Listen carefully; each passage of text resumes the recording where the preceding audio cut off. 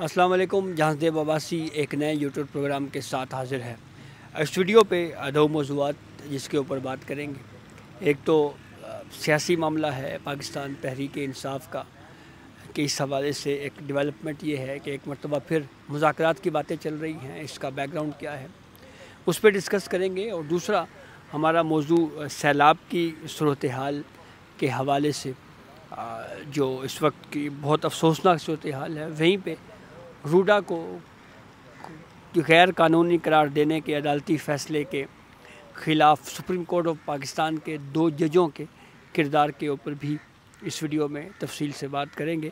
اور اسلام آباد high court میں صحافی جن کا مرڈر ہوا ارشد شریف, ان کے حوالے سے ایک آرڈر سامنے آیا ہے. اس آرڈر میں کیا کیا کہا گیا ہے اس پہ بھی اس ویڈیو میں تفصیل سے بات کرتے ہیں.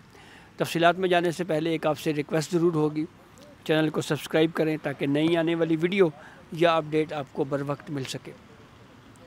اب ویڈیو کا آغاز کرتے ہیں. ارشد شریف کے قتل کے اوپر جوڈیشل کمیشن کے تشکیل کے حوالے سے ایک درخواست جو کچھ صحافیوں نے اسلام آباد ہائی کورٹ میں دائر کی تھی, اس پہ ریٹن آرڈر جو جسٹس انعام امین منہاس کی جانب سے تحریر کیا گیا ہے وہ منظر عام کے اوپر آیا ہے. وہ آرڈر پبلک کیا گیا ہے.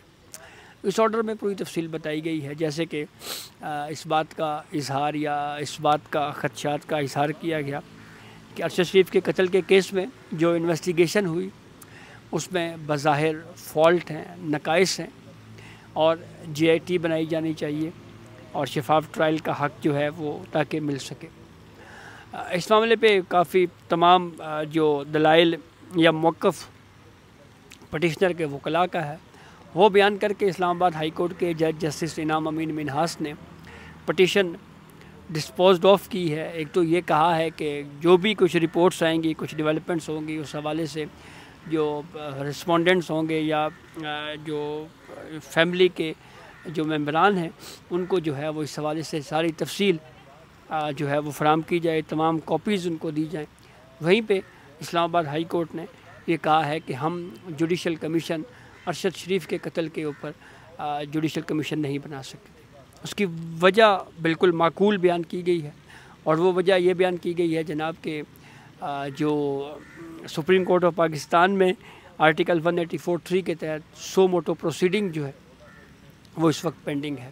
تو جب وہ معاملہ سپریم کورٹ آف پاکستان میں پینڈنگ ہے, عدالت اس کیس کو چلا رہی ہے, GIT کی جو پیش رفت رپورٹس ہیں وہ فائل ہو رہی ہیں, اور تو اس لیے ہم سپریم کورٹ میں پینڈنگ پروسیڈنگ کے اوپر ہم یہ آرڈر نہیں دے سکتے کہ جس معاملے کے اوپر کوئی جوڈیشل کمیشن تشکیل دیا جائے یا جوڈیشل کمیشن تشکیل دیا جانا چاہیے.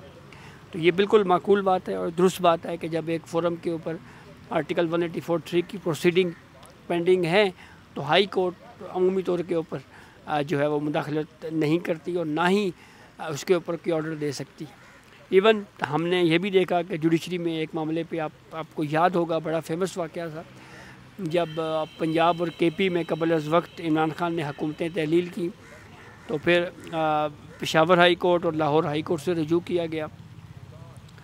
سپریم کورٹ میں ایک پٹیشن انٹرٹین کی گئی آرٹیکل 184(3) کی, تو اس وقت جوڈیشری میں ڈویژن پیدا ہوگی کہ جب ہائی کورٹس میں ایک معاملہ پینڈنگ ہے, وہاں پہ کیسز چل رہے ہیں, تو ایسی صورتحال میں براہ راست جو ہے وہ سپریم کورٹ کو اس درخواست کو انٹرٹین نہیں کرنا چاہیے. تو یہ بات بھی درست ہے جو کہ سپریم کورٹ میں اب کیس پینڈنگ ہے, آئینی بینچ اس کیس کو سن رہا ہے, سپریم کورٹ کو اس کیس کو ٹیک اپ کرنا چاہیے, پروسیڈ آگے ہونا چاہیے, اور جو قتل کے اصل محرکات ہیں نہ صرف ان کا تعین ہونا چاہیے بلکہ ذمہ داران کو سزا بھی ملنی چاہیے. دوسرا ہمارا موضوع ہے روڈا کے حوالے سے. جسٹس شاہد کریم صاحب کا 200-250 صفحات سے زائد پر مشتمل ایک فیصلہ دیا گیا. اس میں 13-14 rate petitions Lahore high court میں فائل کی گئی تھی, اور لاہور ہائی کورٹ نے جو پورا راوی اربن جو ڈیولپمنٹ پروجیکٹ ہے اس کو غیر قانونی غیر آئینی قرار دیا تھا. ایک تو یہ کہا تھا جی کہ یہ ماسٹر پلان نہیں ہے, دوسرا یہ بات کہی گئی جی کہ جو کلٹیویٹڈ لینڈ ہے یا ایگریکلچر لینڈ ہے اس کو لینڈ ایکوزیشن ایکٹ کے تحت 1894 کے تحت جو ہے وہ نہیں دیا جا سکتا. تو یہ پورا پروسیس اڈاپٹ کرنا ہی جو ہے یہ خلاف قانون ہے, یہ درست عمل نہیں ہے. اس فیصلے کو سپریم کورٹ آف پاکستان میں چیلنج کیا گیا, اور یہاں پہ اس وقت 2 رکنی بینچ تھا, اعجاز الاحسن اور مظاہر علی اکبر نقوی صاحب کا. تو اس بینچ نے کیس کو پروسیڈ کیا, کیس کو آگے بڑھایا, اور پھر اس کے بعد اس پوری پروسیڈنگ کے اوپر سٹے دیا, اور پھر نہ صرف سٹے دیا بلکہ پروجیکٹ کو بھی کنٹینیو کرنے کے حوالے سے جو ہے وہ فیصلہ جاری کیا گیا. تو یہ ہسٹری میں بہرحال یہ موجود ہے جی کہ یہ 2 ججز دونوں نے پھر ریزائن کیا. ایک نے پینشن بچانے کے لیے ریزائن کیا, سپریم جوڈیشل کونسل میں ان کے خلاف پروسیڈنگ تھی. مظاہر نقوی صاحب کی بات کر رہا ہوں. تو کورٹ نے یہ کہا جی کہ جب ایک حد تک سپریم جوڈیشل کونسل پروسیڈنگ کو آگے بڑھا دے تو پھر اس کے بعد پینشن بڑھانے کے لیے یہ جو مستعفی ہونے کا جو جواز ہے اس کو قابل قبول نہیں کیا جا سکتا. تو پھر وہ پینشن سے بھی گئے. دوسرے البتہ جو اعجاز الاحسن صاحب ہیں ان کے حوالے سے تاحال جو ہے وہ کوئی تفصیل ابھی تک سامنے نہیں آئی. یہ خاصا مشکوک معاملہ ہے کہ کیوں انہوں نے ریزائن دیا, اس کی کیا وجوہات تھیں, کیا اس ریزائن میں کہا گیا.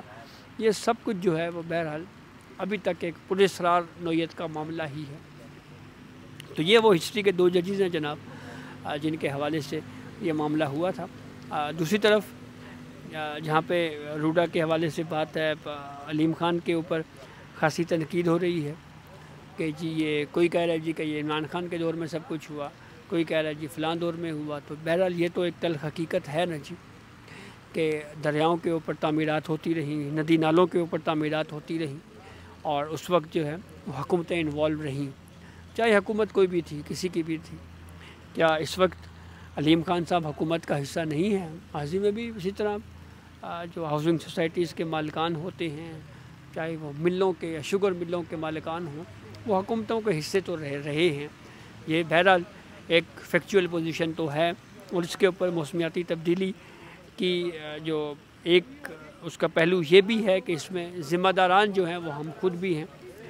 چاہے درختوں کا کٹاؤ کا معاملہ ہو, ندی نالوں کے اوپر غیر قانونی طور کے اوپر کنسٹرکشن کا معاملہ ہو, دریاؤں کے اوپر تعمیرات کا معاملہ ہو, زرعی زمینوں کے اوپر ہاؤسنگ سوسائٹیاں تعمیر کرنے کا معاملہ ہو. تو یہ بہت کچھ جو ہے وہ اس ملک میں کیا جاتا رہا ہے جو کہ افسوسناک ہے, اور ہر 10 سال 8 سال 5 سال کے بعد کوئی ایک سیلابی صورتحال کا سامنا ہمیں افسوس کے ساتھ کہنا پڑ رہا ہے کہ کرنا پڑتا ہے. آخر میں پی ٹی آئی کے حوالے سے تھوڑا پولیٹیکلی بات کریں تو یہ بات سامنے آئی ہے جی کہ پی ٹی آئی نے اپنے تمام ممبران کے لیے ایک اعلامیہ یا ہدایت نامہ جاری کیا ہے جس میں ان سے یہ کہا گیا ہے جی کہ بائی الیکشن کا ہم بائیک آؤٹ کر چکے ہیں, تو اگر کسی نے کوئی نامینیشن پیپر جمع بھی کروائے ہیں تو وہ فوری طور کے اوپر واپس لے لیں. دوسری طرف یہ خبر بھی سامنے آئی ہے کہ پاکستان تحریک انصاف کے اندر یہ ڈسکشن چل رہی ہے کہ ہمیں حکومت کے ساتھ مذاکرات کرنے چاہیے, جو کہ پہلے فیز میں مذاکراتی عمل آگے بڑھا لیکن عمران خان نے ریفیوز کیا اور پھر سب کچھ سبوتاش ہوا. اب دوبارہ جو کوشش کی جا رہی ہے اس پہ کیا عمران خان سنجیدگی دکھاتے ہیں نہیں دکھاتے, یہ بہرحال دیکھنے والی بات ہے. حکومت کی طرف سے بھی یہ میسج گیا ہے کہ جی پی ٹی آئی کو بائیک آؤٹ کی سیاست سے باہر نکل کر بات چیت کا راستہ جو ہے وہ اپنانا چاہیے. تو اس حوالے سے کس حد تک کامیابی ہوتی ہے, پی ٹی آئی کیا ڈائلاگ میں کچھ حاصل کر پاتی ہے نہیں کر پاتی, یہ بہرحال یہ وہ ساری چیزیں ہیں جو ہمیں آنے والے کچھ دنوں میں یہ ڈیبیٹ جو ہے وہ دیکھنے کو ملے گی. 1 سپٹمبر سے ایک خبر یہ بھی ہے جی کہ قومی اسمبلی کا اجلاس بلایا گیا ہے. تو میں نے کچھ جو جاننے والے ہیں ان سے چیک کیا کہ یہ اجلاس کیوں بلایا گیا ہے قومی اسمبلی کا, تو بتایا یہ گیا جناب کہ یہ ہنگامی اجلاس دراصل اس لیے بلایا گیا ہے تاکہ اس معاملے کے اوپر جو ملک میں سیلابی صورتحال ہے اس کے جو ہنگامی صورتحال ہے اس کو اوپر بات کی جائے, چاہے وہ سیلابی صورتحال کے پی میں ہے, پنجاب میں ہے یا پورے ملک میں جو اس وقت سیلابی اور ایمرجنسی کی صورتحال ہے اس کے اوپر بات کی جائے. تو اچھی بات ہے, پارلیمنٹ میں اس پہ بات بھی ہونی چاہیے اور جو عوامی نمائندے ہیں ان کو اپنے اپنے حلقوں میں بھی پھر اس کے بعد جانا چاہیے. تو یہ اب تک کی اپڈیٹ تھی جس سے ہم نے آپ کو آگاہ کیا. اپنے فیڈ بیک سے ضرور آگاہ کیجیے گا. اجازت دیجیے, اللہ حافظ.